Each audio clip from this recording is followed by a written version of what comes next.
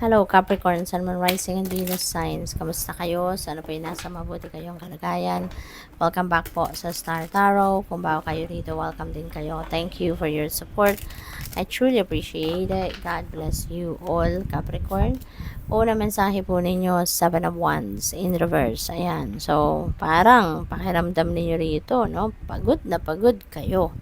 Ayan, napagod, na overwhelm at parang siguro pakiramdam ninyo dito defeated kayo, no? Kaya parang nakulangan kayo ngayon ng self-confidence, parang nawalan kayo ng tiwala sa inyong sarili, no? Parang ganon. Pero alam mo, sa isip mo lang yan, no? Capricorn, sa isip mo lang yan. Don't think that way kasi lahat may purpose, no? Lahat ng pangyayari sa buhay may purpose, lahat may dahilan yan. And ang mahalaga, kung hindi man pumabor, no, sa inyo ang mga pangyayari sa buhay sa ngayon, rest assured, no, that there is an important lesson that you need to learn from that. Kasi lahat ng pangyayari sa buhay may dahilan yan. Lahat yan may wisdom na iiwan sa atin and lessons na iiwan sa atin para magamit natin for our future journey. Okay? Kaya tignan mo na lang kung ano yung positibong aspeto, no, ng inyong sitwasyon at wag kayong don't dwell on sadness, no? Wag ninyong isipin, no, na wag ninyong isipin yung negatibo, no, na kung ano man ang naging epekto ng mga pangyayari sa buhay ninyo. Don't give yourself an opportunity na mabalot kayo ng negativity. But instead, focus on what is positive. Focus kayo sa kung ano ang silver lining ng inyong sitwasyon. Okay? We have the devil, no? So this is your energy, pero maganda rito kasi reverse ito, no? Nakabaliktad na siya. Kaya maganda to na you are going to reclaim your personal power. Kung dati restricted kayo na kung sino man, kung dati pinapakialaman kayo na kung sino man, kung dati kayo yung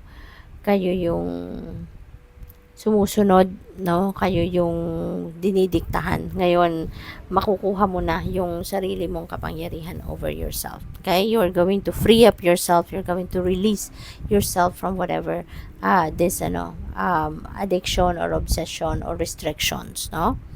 What else? We have Page of Swords. Ayan. So, mayroong mga balita na paparating sa inyo dito. There are a lot of news, a lot of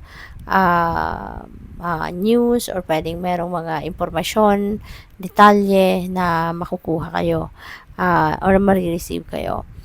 It is also possible na meron kayong mga bagong ideas din na you will come up, no, at this time.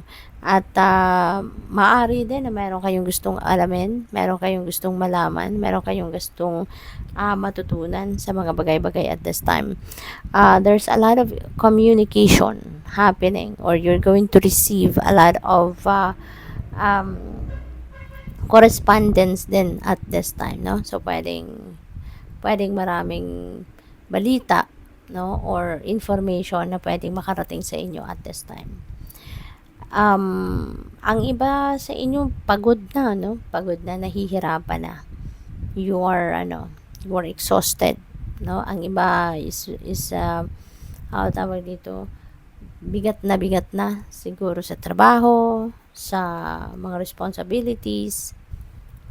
Siguro ang daming task, no? Ang daming task na nakaatang sa inyong balikat, no? Kaya maybe it's overwhelming, no, para sa inyo. At you are a hard worker, no? Sobrang sipag ninyo, sobrang committed kayo sa inyong ginagawa, very diligent, no? Kaya siguro halos lahat na lang, no? Kung hindi kayo umaayaw kung anong ibibigay sa inyong trabaho, okay lang kayo ng okay, kuha lang kayo ng kuha. Pero ngayon, maaring ito nga, pagod na kayo, nahihirapan na kayo, no? But yeah, tens represents endings, no? Kaya maaaring tatapusin mo na rin ito. Baka sa ngayon maglalakas ng loob na kayo na humingi ng tulong. Baka magsasabi na kayo na you need an assistant, or kung sa trabaho yan, or baka magde-delegate na kayo ngayon ng mga trabaho ninyo or ng ibang trabaho ninyo. Pwede rin na ang iba sa inyo rito pagdating sa, kung this is family, no, situation, baka ang iba sa inyo, baka kayo ay tawag dito, babawasan nyo na yung ano ninyo, yung mga obligasyon at responsibilidad. Baka kayo ay hihingi na din ng tulong sa inyong mga kapamilya. What else? The world, wow. So this is accomplishments and achievements. Okay, this is a time for accomplishment and achievement.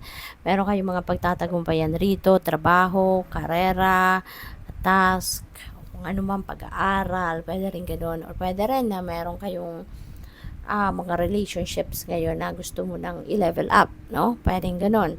Ang iba siguro sa inyo ngayon magsisimula ng magpamilya, ano, magsimula ng pamilya, magkaanak, mga ganon. Pwedeng meron na magpapakasal sa inyo rito, no? Leveling up na lahat, and even sa trabaho, no?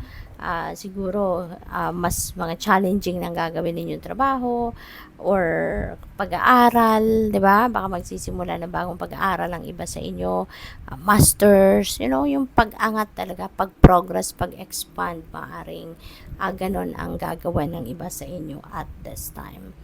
At this is also, you're also entitled for celebration, no? Kasi time for accomplishments and achievements ninyo to, at pinaghirapan ninyo yan, kung ano man ang na-achieve ninyo sa ngayon. You work so hard for that, no? Kaya deserve nyo din na mag-celebrate, no? Kaya ang maganda rito, 'di ba? Kasi you're feeling fulfilled, 'di ba? You're fulfilled, you're happy. Kaya i-embrace niyo 'yon before you start a new beginning.